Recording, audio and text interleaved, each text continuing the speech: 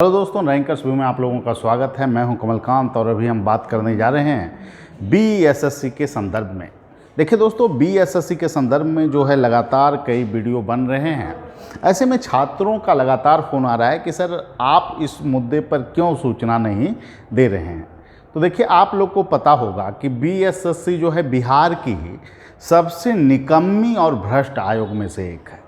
देखिए, मैं इस पर सीधा आरोप इसलिए लगा रहा हूँ कि आपको पता होगा कि जो है बीएसएससी फर्स्ट जो हुआ, ठीक है, फर्स्ट जो हुआ था तो उसमें सभी लोगों को स्कोर कार्ड बताया गया था पीटी एग्जाम में कि मतलब कितना स्कोर है, और उसकी प्रति सीधे साइट पे डाल दी गई थी। उसके बाद फिर क्या हुआ, बीएसएससी 2 स्नातक स्तर में पूरी तरह से जो है पारदर्शिता के मापदंड को कुचल दिया गया। फिर प्रक्रिया आई, 6 साल में परीक्षा, 5 साल में परीक्षा। उसके बाद गुणवत्तापूर्ण परीक्षा का अभाव स्पष्ट रूप से इस परीक्षा में दिखाई पड़ता है। बहुत सारे लोग इसकी मांग कर रहे हैं। मैं इस परिप्रेक्ष्य में 2 ही बात आप लोगों को कहना चाहता हूँ कि आप लोग की जो डिमांड है कि पारदर्शिता के मापदंड को बीएसएससी पूरा नहीं करता है। सबसे बड़ी बात यह है कि बीएसएससी का जो क्वेश्चन है वो 150 क्वेश्चन है। इसमें जो सबसे बड़ा पॉइंट है कि सबसे जो जटिल जो चीज़ है इसमें यह है कि निगेटिव मार्किंग, ठीक है, निगेटिव मार्किंग चीज़ को अपनाया गया है। निगेटिव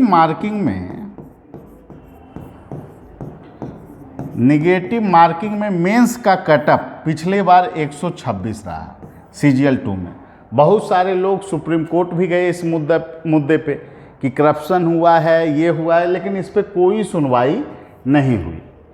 इस आयोग के बारे में जो भी कहा जाए वो कम होगा। कितनी भ्रष्टाचार है इस आयोग में, इसके बारे में आप समय समय पे सुनते रहे हैं। सबसे बड़ी बात यह है कि आज का जो डिबेट है, सबसे बड़ा जो आज का प्रश्न है कि परीक्षा कब होगी, इस संदर्भ में भी आयोग स्थिति को स्पष्ट नहीं कर रहा है। और सबसे बड़ा बात है कि 26 से 27 नवंबर जो डेट आउट है, ठीक है, अब 26 से 27 नवंबर को इन्होंने साइट पे डेट दे रखा है कि परीक्षा का आयोजन होगा, और इसको लेकर आपको जिले लेवल पे तैयारियां करवाई गई है। जो वर्तमान वस्तु स्थिति है, विभिन्न जिलों में सेंटर के लिए प्रबंध करने की व्यवस्था के लिए कहा गया है। और अभी जो है सचिव महोदय ये नहीं बता पा रहे हैं कि परीक्षा होगी कि नहीं होगी, और ऐसे में छात्रों के बीच संशय है कि ये परीक्षा क्या 26-27 नवंबर को होने जा रही है या होने नहीं जा रही है। सबसे बड़ा जो प्रश्न है कि यह आयोग स्पष्ट रूप से अपनी बातों को बताने में भी असमर्थ क्यों है। क्या इस आयोग के द्वारा जो गतिविधियां संचालित होती है वो गुप्त ढंग से होती है।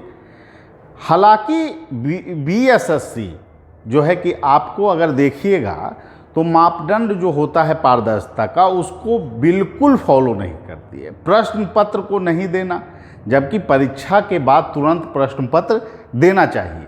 ये बिहार के लगभग सभी आयोगों की परिपाटी बन चुकी है, और इस पर सरकार से जब प्रश्न पूछा जाता है तो सरकार कहती है कि यह आयोग का काम है।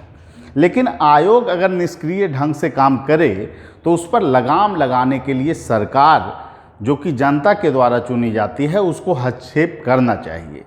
तो इस मुद्दे पर मैं स्पष्ट रूप से आपको कहूँगा कि ये परीक्षा जो है ये 26-27 नवंबर को होगी या नहीं होगी, ये तो अलग मुद्दा है। इस परीक्षा में क्या पारदर्शिता के मापदंड को फॉलो किया जाएगा? क्या आयोग जो है कि पारदर्शिता की कसौटी पर विभिन्न छात्रों को जो है दिखा पाएगी कि उनकी जो परीक्षा ली गई है वो सही मायने में सही ढंग से परीक्षा का आयोजन किया गया है। इस परीक्षा में लगभग 9,12,000 छात्र शामिल होने जा रहे हैं, ठीक है।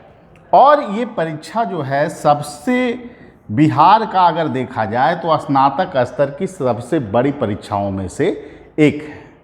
इसमें जो हमारा जो डिमांड है, लगातार जो छात्र भी डिमांड को कर रहे हैं, प्रश्न पत्र छात्रों को दिए जाएं, प्रश्न पत्र छात्रों को मिले, ठीक है। ये डिमांड आप लोग को अभी होना चाहिए। जो आपको प्रश्न पत्र मिलना तो आयोग चाहेगा तो अभी दे देगा। अब उसमें कार्बन कॉपी अगर नहीं लगा हुआ है तो वो कार्बन कॉपी आपको नहीं दे पाएगी, इसलिए कार्बन कॉपी की मांग जो है हम नहीं कर रहे हैं। लेकिन जो कॉपी होगा, मूल्यांकित कॉपी,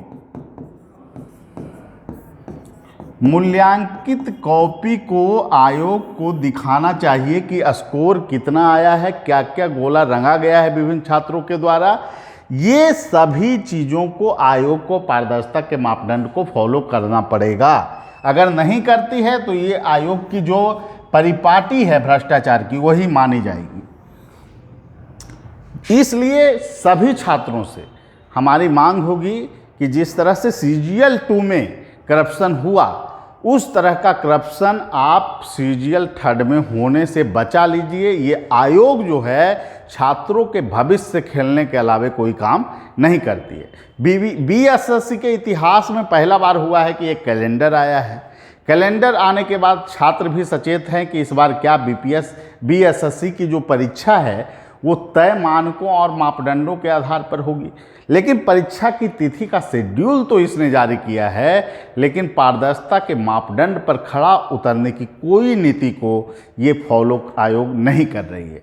इसलिए आयोग को चाहिए कि छात्रों के लिए पारदर्शिता के हर एक बिंदुओं को फॉलो करे, और इसके लिए हम शिक्षक भी काफ़ी प्रयासरत हैं और इस मुद्दे पर हम लोग बात करेंगे। आपकी डिमांड को रखा जाएगा और विभिन्न छात्र संगठनों ने आपकी डिमांड को रखा भी है। लेकिन एक बात कहेंगे, आप लोग तैयारी जारी रखें, क्योंकि जिला लेवल पर जो इनपुट है, जिला लेवल पर तैयारियां पूरी की जा रही है। हालांकि आयोग का जो दूसरा रणनीति है वो ये हो सकता है कि इस डेट को किसी अन्य डेट में शिफ्ट कर दिया जाए और आयोग की जो व्यवस्था है, मतलब जिला लेवल पर जो तैयारियां हैं, उसको किसी अन्य डेट पर परीक्षा कंडक्ट करवा के उसको पूरा किया जाए। ये भी आयोग की एक दूसरी रणनीति हो सकती है। लेकिन दोस्तों, आप लोगों को अभी जब तक आयोग की तरफ से कोई आधिकारिक नोटिस नहीं आ जाती है, तब तक आप लोग परीक्षा की तैयारी में लगे रहें। और आयोग को यह चाहिए कि आयोग जो है कि प्रश्न पत्र जो लीक की खबरें आती है, BSSC में प्रश्न पत्र लीक होना कोई बड़ी बात नहीं है। इसीलिए पारदर्शिता के हर एक मापदंड को फॉलो करें और परीक्षा जो हो बिल्कुल शांति के वातावरण में कंडक्ट कराया जाए। भ्रष्टाचार बिल्कुल नहीं होना चाहिए, तभी इस परीक्षा को एक सफल परीक्षा के रूप में देखा जा सकेगा। और मैं एक बात स्पष्ट रूप से आप लोगों को बता दूं कि BSSC को के इतिहास में ये पहला मौका है कि वो अपने आप को यह साबित करे कि वह भ्रष्टाचार मुक्त परीक्षा का आयोजन करा सकती है। इसीलिए जो पारदर्शिता के मापदंड हैं उसको आयोग को फॉलो करना चाहिए। ठीक है, सभी लोगों को धन्यवाद। फिर अगले वीडियो में मिलेंगे। Thank you.